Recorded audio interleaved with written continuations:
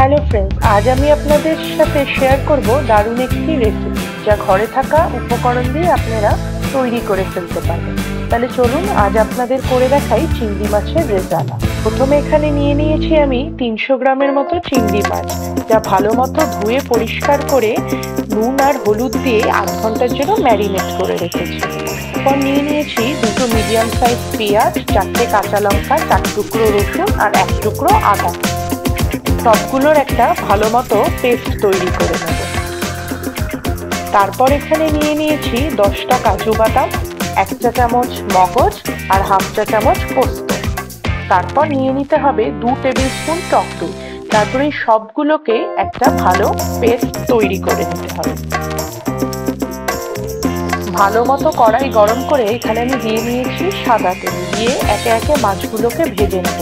মাছ ভাজার সময় খেয়াল রাখতে হবে যে বেশি ভাজা যাবে না, কারণ চিংড়ি মাছ বেশি ভাজলে একটু শক্ত হয়ে যায়।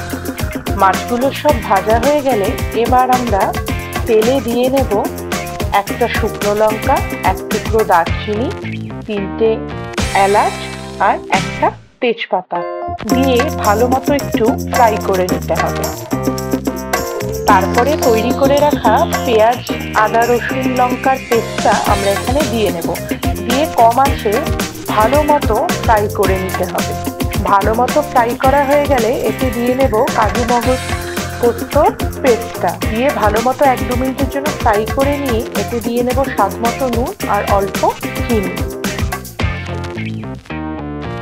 এবার আমরা একদম লো স্টিমে ঢাকা দিয়ে রাখবো, যাতে মশলাটা ভালো মতো কুক হয়ে যায়। তারপর ঢাকনা সরিয়ে আবার এটাকে কিছুক্ষণের জন্য ফ্রাই করে নিতে হবে। আর দিয়ে দেবো এখানে 1 কাপ জল, দিয়ে ভালো মতো আমাদের কষিয়ে নিতে হবে।